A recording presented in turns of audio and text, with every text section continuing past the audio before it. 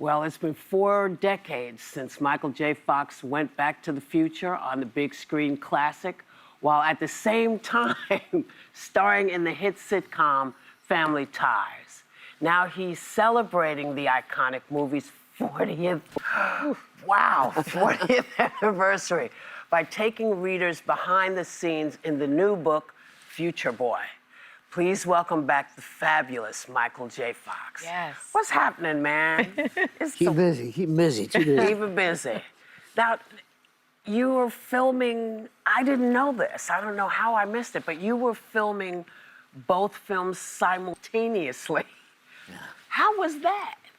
It was an amazing experience. I was 23 years old, so you know at 23 you think you can do anything. Yep. So they came to me and said that Bob Zemeckis and Bob Gale and Steven Spielberg had gone to Gary Goldberg, who was the producer of Family Ties, and said they want to put me in a movie and could he release me? And he justifiably said, "No, I can't. This is my show." Right.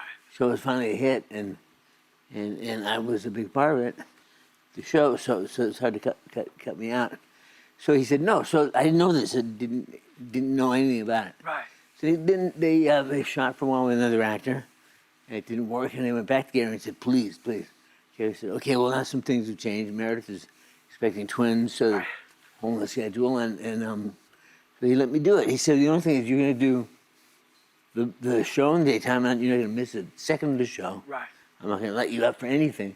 You have to show up every day, and then go to the studio and make the movie at night. Which I did, and I never did math. I was always bad at math anyway. But I added that up. So I said, wait a minute, since she was 12 hours and the movie is 10 hours, when do I sleep? Yeah. But I managed to sleep.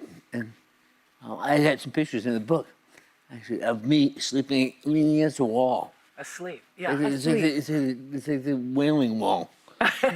Leaning against the sleep. And a picture of me shirtless, lying on some piece of detritus in the fringes of the set, and the picture of me sleeping on a counter in a kitchen. Right. So it was an amazing time. Amazing. I mean, the thought, you write about it in the book, that you're shooting Family Ties in the morning, then you're shooting Back to the Future in the evening, sometimes till 3 a.m. It's completely exhausting, but also how do you go from Alex P. Keaton to Marty McFly in one day? Yeah, and so be Mike at some point, and be myself. It was very tricky. It was like it was so fun because I had to keep track. I had to be awake all the time. I had to stay awake. I had to stay alert because one time I was at Family Ties and I was going on stage as my cue. We have tables backstage, like prop tables. One of the prop categories are props. So as we go out to do our entrance, we grab what we're supposed to grab. Yeah. And you go on stage. So I get to this prop table. You count me down. I'm going to go in any second.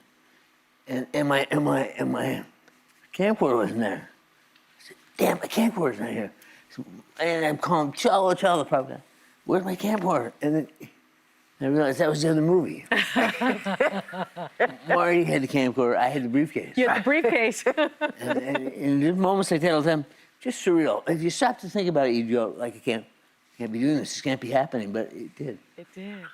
And you joined the movie because it had already been filming for 6 weeks with other folks, but you were the original, that you were who they wanted. And they went to Gary and said, we want him, and he said, no, I need him. Yeah. I can't let him go. But what was the chemistry like? Because you ended up replacing Eric Stoltz. A brilliant actor, by the way. Wonderful actor. Brilliant actor. But you then have to go in and you are working with Leah and you're working. And so how was that? Christopher? Well, Leah and Christopher Chris Lloyd. had big scenes with them early on. And Leah was great because Leah's a good friend of mine now, really good friends for a long time. And she tells a story about how when I was brought in, she thought this guy's a TV actor. She felt very good about her film career. She admittedly felt a little snobby about a TV actor. Was this guy coming in, he replaced my friend. She knew Eric really well. And she was prepared to not give me a bit of slack. Yeah. But we started doing the scene, and I don't know what I'm doing. I'm just doing my shtick that I do. I'm like you. Like we just get something worth going out for a laugh, worth going after you go after. Right. You, Yeah. Kitty bar the door, he'd just go everything full on, and she wasn't used to that. I said, "There's a joke in this, or I'll get it." And I said, well, early on, one of the scenes we did where she said, I said, "Where are my pants?" And she said, "Over there." And then she said, I said, "Bob," I said, "There's a joke here."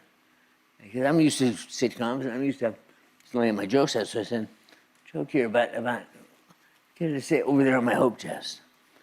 And he said, "Great." So he told her to do that. She had a huge laugh. So she was all of a sudden really happy. And Bob was really happy. And I said, "This is what I do in my sitcom. Stupor and what I do." So it was fun. The music in this movie is a big part of its legacy. It just is. From Huey Lewis's Oscar-nominated song, The Power of Love, to the Grammy-nominated original score, and the iconic Johnny B. Good scene, which we all love. We have a clip of it, so let's just take a look. Way down in Louisiana, down in New Orleans, way back up in the woods among the evergreens, there stood a log cabin made of earth and wood, where lived a country boy named Johnny B. Good, who never ever learned to read or write so well. He could play a guitar just like he's ringing a bell. Go, go, go, Johnny, go, go, go, Johnny, go, go, go.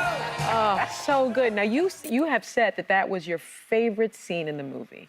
Yeah, it was huge for me because I always played in bands. There's a lot of pictures in the book about of me and my high school band. Yeah. And I just always wanted to be a rock and roll guitarist. It was an amazing experience. One thing I have to say is that my one thing about that scene, I felt a little bit of guilt about like saying that this white kid from the suburbs invented Johnny B. Good. I said, I just want to be clear. Somebody got a message out to Chuck that I love Chuck. Yeah. Chuck, my hero, I'm not saying that he didn't write Johnny B. Good, but I think if you take it in the right spirit, Yeah. it was just rock and roll. I just love music. Yeah. It's iconic. And then Back to the Future actually became the highest grossing film of 1985. And it spent 3 months at #1, Yeah. which is so unusual. And it really took you to another level of fame. You were already famous from Family Ties, but the last time you were on the show, you said that you and Whoopi experienced being 80s famous Yeah. together. What does 80s famous look like? We all love love movies. We love film. Yeah. We love the thing of it being artists and having a good time too. Yeah. And it was different. It was We different. had a great time. We like try to get one over on the paparazzi, get in and out of the building, and like Whoopi and I were at a fight. One time we first met at the Mugabe Hagler fight. That's right. And I said, we were hanging out, we're having a good time. And I said, "You want to go to the Oscars?" And she said, "Yeah." So we went to the Oscars together. That must have been something. It was. Some people were like, "What?" they were kind of a little freaked out, but we looked good. Yeah. Definitely. Look know. at that. You look Yeah. real good. We had a great Wow. time. Well, You I was know. so honored to be with Wow. Whoopi because Whoopi was and is great. Wow. I love you, as you know, forever. And it's the 25th anniversary of the Michael J. Fox Foundation. You've raised $2.5 billion for Parkinson's research. So, what does it mean that you've had such a big impact on this disease? It puts everything in perspective.